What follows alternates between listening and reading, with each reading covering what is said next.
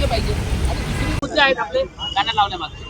नाही, आज तुम्ही बघत असाल की मुंबईमध्ये त्या मेट्रोचा स्लॅब कोसून एका माणसाचा जीव गेलेला आहे. आज असे निष्पाप लोकांचे जर जीव जात असतील आणि जर सरकार फक्त दिखाव्यापुरतं कारवाई करत असेल तर त्याचा आम्ही निषेध करतो.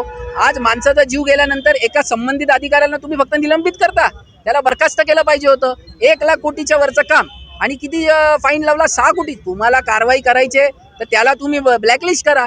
अशा दिखाव्यापुरतं सरकारने कारवाई न करता कुठे ना कुठे थांब अशी कारवाई केली पाहिजे, जेणेकरून येत्या काळात अशा दुर्घटना घडणार नाही आणि कुठलाही अधिकारी आणि ठेकेदार अशा कधी सुरक्षेच्या संदर्भातील कधी त्या गोष्टी करायच्या ते करेल आणि त्याच्यावर तो नजरअंदाज करणार नाही. ठाण्यात देखील असे मेट्रोचं काम मोठ्या प्रमाणात सुरू आहे.